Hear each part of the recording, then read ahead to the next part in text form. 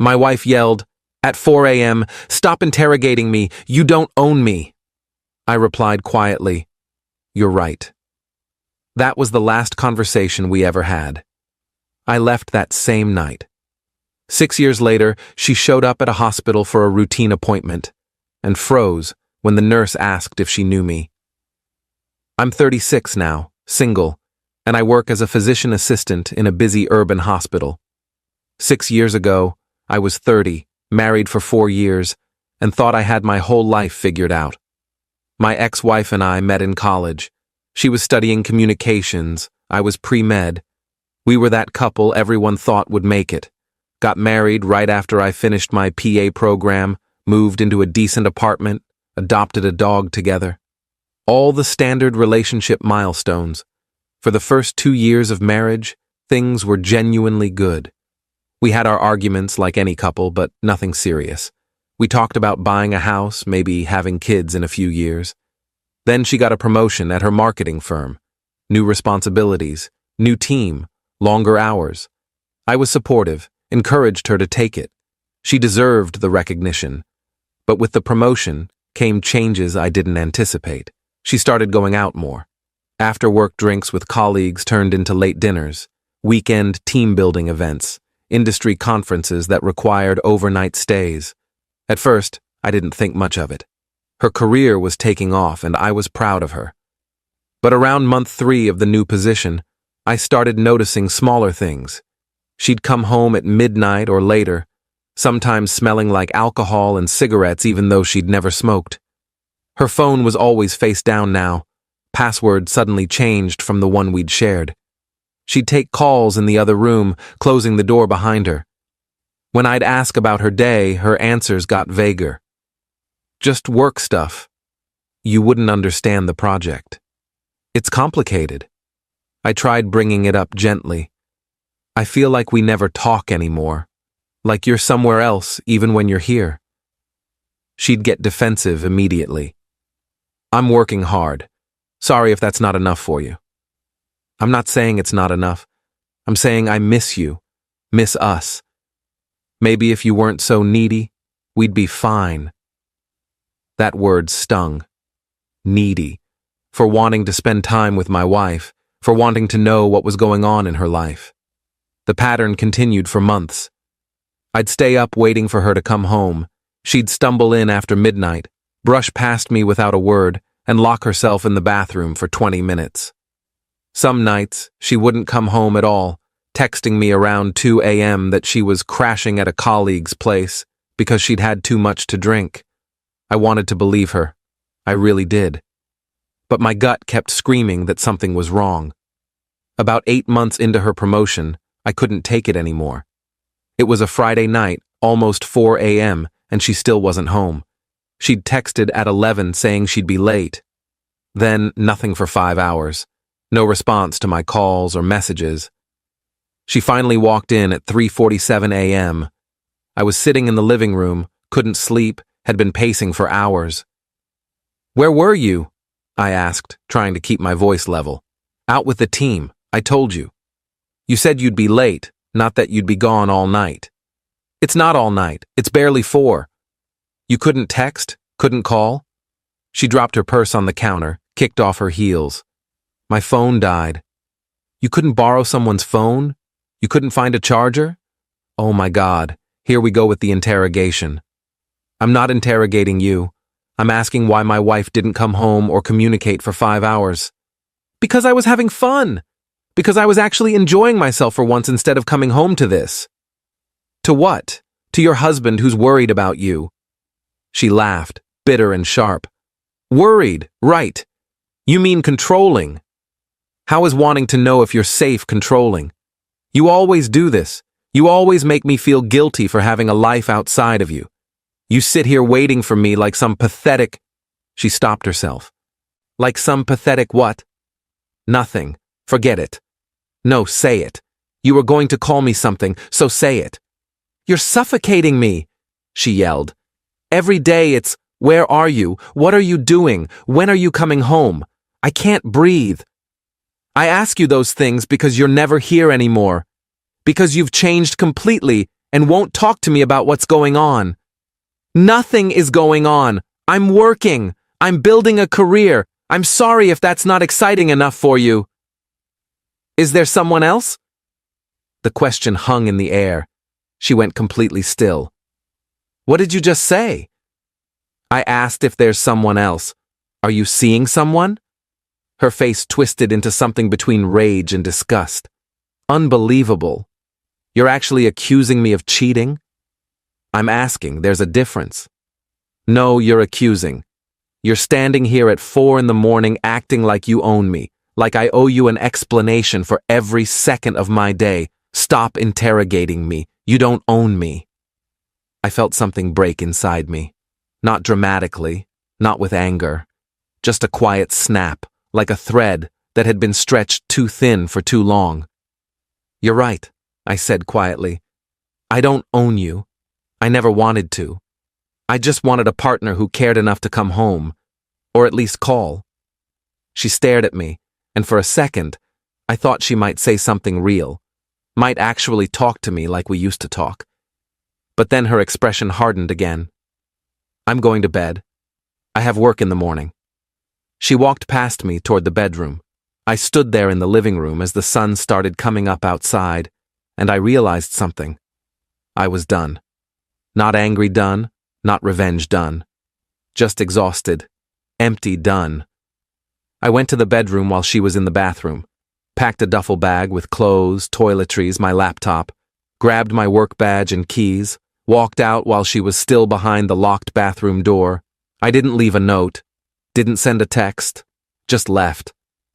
Update 1, I crashed at a friend's place that first night, slept for maybe 2 hours. Woke up to 17 missed calls and about 30 texts from her. They followed a predictable pattern. First few, where did you go? Are you serious right now? You're being ridiculous. Middle batch, okay, you made your point. Come home so we can talk. I'm sorry I yelled, but you can't just leave like this. Final ones, fine, be that way, see if I care. I didn't respond to any of them. My friend, who I'd known since undergrad, made coffee and asked what happened. I gave him the short version. He'd met my wife a few times at gatherings, always said she seemed nice but distant. You think she's cheating? He asked. Yeah, I do. You want to know for sure? I thought about it. Did I? Would it change anything? I'd already left. Already decided I was done. Did I need confirmation to justify it? No, I said finally. It doesn't matter. Even if she's not, she's already gone. The person I married checked out months ago. I stayed with my friend for a week, then found a studio apartment closer to the hospital where I worked. Filed for divorce 2 weeks after I left. The papers were served to her at work, which I didn't intend but couldn't control. She called me immediately after being served. I actually answered that time. Are you kidding me right now? Her voice was shrill, panicked. You're divorcing me? Over one fight? Over months of you disappearing. Over you treating me like I'm the problem for caring. Over whatever you've been doing that you can't talk to me about. I haven't been doing anything. Then why couldn't you come home? Why couldn't you answer your phone? Why did you lock yourself in the bathroom for 20 minutes at 4 a.m.? Silence. That's what I thought, I said. If you do this, we're done. Forever. You understand that? That's kind of the point of divorce. You'll regret this. When you're alone and you realize you threw away 4 years of marriage over your own insecurity, you'll regret it. Maybe, but I'll regret staying more. I hung up. She tried calling back multiple times. I blocked her number. The divorce was finalized 4 months later. She didn't contest it, didn't fight for anything. We split our minimal assets. She kept the apartment lease. I took the dog since she'd never really bonded with him anyway. Clean break, legally speaking. But emotionally, that took longer. Update 2. Over the next 2 years, I threw myself into work, picked up extra shifts, volunteered for the worst schedules, took on additional training. The hospital became my life. It was easier than dealing with the aftermath of a failed marriage, Easier than dating, easier than examining what I could have done differently. I heard through mutual friends that she'd moved on quickly. Started publicly dating someone from her office about 3 months after the divorce was final. They got engaged within a year. I felt nothing when I heard that. Not anger, not vindication, nothing. Just a distant sense of, yeah, that tracks. I dated sporadically. Nothing serious. First date conversations always eventually led to, so why did your marriage end? And I never had a good answer that didn't make me sound bitter or her sound terrible. Usually just said we grew apart, which was true enough. The hospital kept me busy. I worked my way up to a senior PA position, got involved in training new staff, found purpose in the work. Patients don't care about your personal life. They just need you to be competent and present. I could do that. By year 4 post-divorce, I was in a good place. Had a routine, had work I cared about, had friends I saw regularly. Wasn't looking for a relationship, but wasn't opposed to one either. Just existed in this comfortable, stable middle ground. Then year 6 happened. Update 3. It was a Tuesday afternoon, routine clinic day. I was seeing patients in the hospital's outpatient care center, working through a typical schedule. Post-op follow-ups, medication adjustments, nothing unusual. The nurse called me over around 2 p.m. Got a walk-in who needs a quick BP check and clearance form signed. Can you squeeze her in? Sure, put her in room 3. I grabbed the tablet with her intake forms, glanced at the name, and felt absolutely nothing. It was a common enough name. Didn't even register. Walked into the exam room, eyes on the tablet, reading through her information. Hi, I'm just going to check your blood pressure real quick and... I looked up. She was sitting on the exam table, frozen, face completely white, staring at me like she'd seen a ghost. I felt my brain short-circuit for about 3 seconds. Then professional training kicked in. I kept my expression neutral, my voice even. Good afternoon. Let's get your vitals. She found her voice, shaky and small. I didn't know you worked here. 6 years now. The nurse came in, cheerful and oblivious, wrapping the blood pressure cuff around her arm. You two know each other? I met my ex-wife's eyes. Let the silence stretch just long enough to be uncomfortable. We used to, I said finally. The nurse, bless her, picked up on the tension and hurried through the reading. 120/78, nice and normal. I'll let you finish up. She left. The door closed. We were alone in the small exam room. My ex-wife spoke first. I had no idea you worked here. My doctor's office is in this building, and they said I could get the clearance form done downstairs instead of making another appointment. It's fine. I can sign off on this. How have you been? I almost laughed at the absurdity of the question. 6 years of silence, and that's what she leads with. Good. You? I'm okay. I got married, had a baby. That's actually why I need this form, for the daycare enrollment. I nodded, still processing. She was married, had a kid, moved on with her life completely. Congratulations, I said, and meant it. No sarcasm, no bitterness, just a flat statement of acknowledgement. She looked like she wanted to say more, kept opening her mouth, then closing it. Finally, I'm sorry. For how things ended, for how I treated you. I set down the tablet. Okay. That's it? Just okay? What do you want me to say? It was 6 years ago. We're different people now. I know, but I've thought about reaching out so many times, thought about apologizing. I was terrible to you. You deserved better. Yeah, I did. She flinched at that. I was seeing someone. The whole time, those last few months. You were right. I picked up the tablet again, started filling out the form. I know. How did you know? Because I'm not an idiot, and because you just confirmed it. He's not... I didn't marry him. That fell apart about a year after we divorced. I married someone else, someone better. Good for you. Are you seeing anyone? That's not really relevant to this appointment. She went quiet. I finished the form, signed it, printed it from the wall-mounted unit. You're all set. Form's good for 90 days. She took it, hands shaking slightly. Thank you. I moved toward the door, professional smile in place. Take care of yourself. Wait. I stopped, hand on the door handle. Can we talk?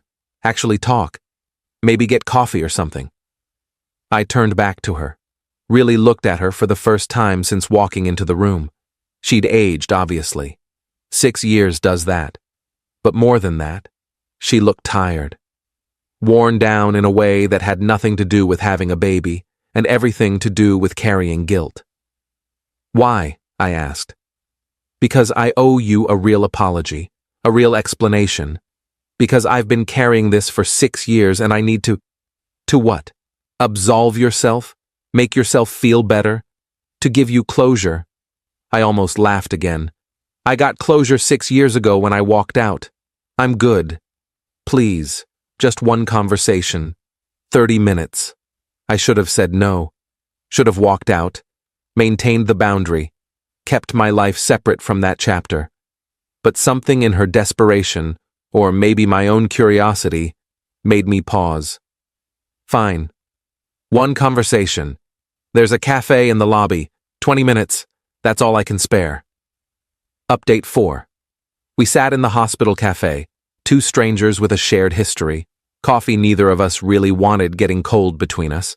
She started talking before I could even settle into my chair.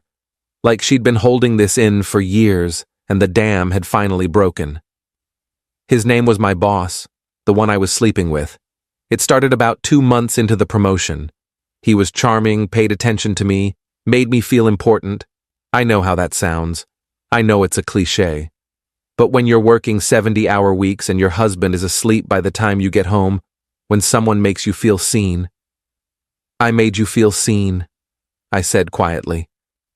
Until you stopped letting me. She nodded, tears starting. I know. I know you did. I pulled away from you because the guilt was eating me alive. Every time you asked where I was or when I'd be home, I felt like you could see right through me. So I got defensive, pushed you away, blamed you for caring. You made me feel crazy, like I was the problem. You were never the problem. I was. I was selfish and cowardly, and I destroyed the best thing I had because I was too weak to just be honest. I sipped my coffee, let her continue. That night, the 4 a.m. fight, I'd been with him. We'd had this big industry event, and afterward a group went to a hotel bar. Everyone else left around midnight. We stayed, went up to his room. I'd been lying to myself for months that it was just emotional, just friendship. But that night, I don't need the details. Right. Sorry. When I got home and you asked where I'd been, I panicked. Got angry instead of honest. And when you asked if there was someone else, I could have just said yes. Could have ended it there with some dignity. But I doubled down on the lie instead. Why are you telling me this now? She wiped her eyes. Because my therapist says I can't move forward until I face what I did. Because my husband knows about you but not the real story.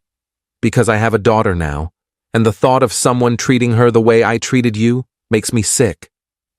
Your husband doesn't know you cheated? He knows the marriage ended, doesn't know why. I told him we grew apart. I shook my head. You should tell him. He deserves to know who he married. That's not fair. I'm not that person anymore. Maybe not, but he should still know. What happens if he finds out some other way? If an old colleague mentions it? You think that'll go better? She looked down at her coffee. You're right. I know you're right. We sat in silence for a minute. I checked my watch. I need to get back. Thank you for listening. I know I don't deserve it. I stood up. I hope you have a good life. I hope you're better to him than you were to me. And I hope your daughter never has to learn these lessons the hard way. Do you hate me? I thought about it. Really considered the question. No, I did for a while, But mostly, I just feel nothing. You're a stranger who used to be important. That's it. I walked away, threw my untouched coffee in the trash, and went back to work. Saw 4 more patients that afternoon. Went home to my quiet apartment, fed my dog, made dinner, watched TV, went to bed. Normal, stable, uncomplicated. Final update. That was 8 months ago. Haven't seen or heard from her since. Don't expect to. The hospital's big enough that we'd have to try to run into each other again. I did some thinking after that conversation, talked to my own therapist about it, processed the whole thing, realized that as much as she'd hurt me 6 years ago, I'd genuinely moved on. Seeing her again didn't reopen old wounds, just reminded me why I'd left in the first place.